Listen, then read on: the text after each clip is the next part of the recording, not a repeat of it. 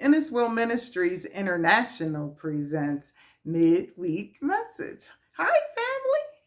Well, family, June is almost over, and this is our last week of Men's Mental Health Month. Um, no hat today because I didn't want any distraction from this shirt. And it says, Jesus and therapy promotes healing. And that's what we want. We want we want you to heal. We don't want you stuck. All right. And so we're going to talk about, okay, full disclosure, I had therapy. I will have therapy again. I have a therapist that looks like me. Shout out Dr. Tanjanika Jackson. Um, it is so important that you have someone that you're comfortable with. And so for me, it was like going in and talking to a friend. Like when you have a therapist that looks like you, or that is, it's like there are cultural things about us as a people that only we understand, and I'm sure it's like that for other cultures. So Black men, I suggest you get a Black male therapist. White Spanish Asian men, get you a white Spanish Asian therapist, because yeah, there are some things that other folks might not understand, but my therapist understood because she's a Black female. So yeah, you get you somebody that's here with you. You don't have to be. It's a comfort level that you have with your own. And so you people might call that racist. I call that um, comfortability. All right, so we're going to talk about abuse. Um, when we're abused, it can elicit certain trauma responses, and those responses could be anxiety, PTSD, depression, sleep disorders, substance abuse, eating disorders, flashbacks, dissociation, like from yourself or from like feeling not a part of anything, eating disorder. Wait a minute, where am I? Guilt, suicidal ideation, anger, isolation, sexual dysfunction, nightmares, and trust issues. That's not an exhaustive list. There's more. Um, and so we're going to talk about these four types of abuses. And first one we're going to tackle is sexual abuse. We're just going to go over this lightly. It could be touching, like someone touching you or having them touch you. It could be someone introducing you to porn, like at a young age, like 7, 8, 9. Um, it could be um,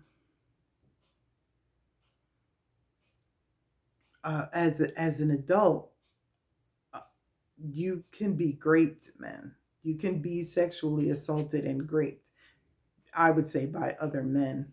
But there's something happens to a man when another man assaults him, dominates him, does that to him. And it's the same thing for a boy. It does something to you guys inside. And I'm going to tell you, you have to work through that, because that can bleed over into other parts of your life. I'm going to give you an example of, like, we don't, as a country, we don't see a problem really with the teacher molesting the student, right? We're all at a boy. But think about that I can't think of that boy's name. Millie Vilau, I think that was his name. And him and his teacher were having a thing. That boy was 13 years old, and that teacher got pregnant. She went to jail. Here he is, 13, with his mom raising a kid. They continued to have more kids. That boy never had a childhood. He grew up with his kids. That is like the saddest story, and it's not fair. And everybody probably like everybody was like, oh, that's, he's the man. No, he was a child.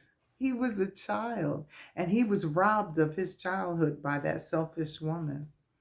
Well, I'm not going to continue to go there.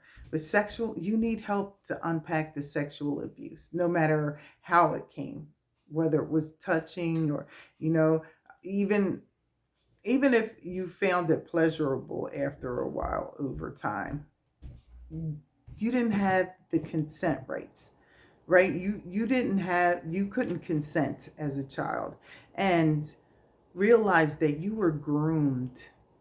You were groomed to do that. You were slowly being taught that, to enjoy that's good. But inside you knew it wasn't. And that cognitive dissonance is where they keep you in a space of cognitive dissonance so that they can continue to do what they're doing, and you don't know whether to tell or not to tell.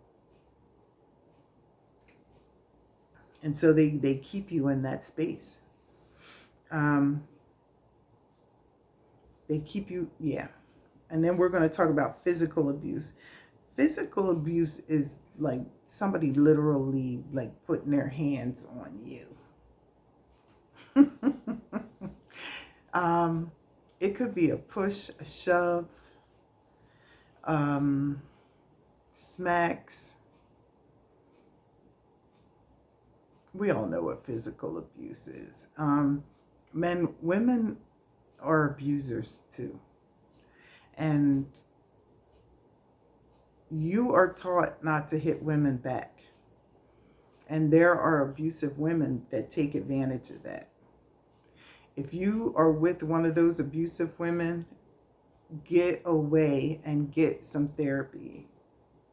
You don't deserve to be treated like that. There's too many single young women out here just coming out of college, ready, you know what I'm saying? Ready to settle down. Don't settle with an abuser.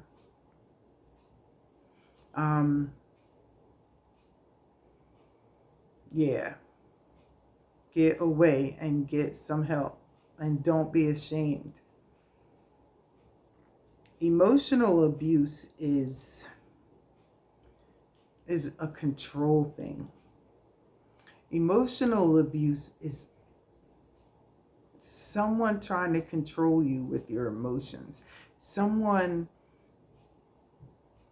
that takes your plus and makes it a negative. Like I had somebody tell me, because I was in college and I don't know that they even finished high school, and they told me, you're so smart, you're stupid. Because they wanted to reduce me. And they wanted to reduce my self-esteem. I didn't know that back then. I just ignored it. But that's exactly what it was. All right, I'm running out of time. Okay, so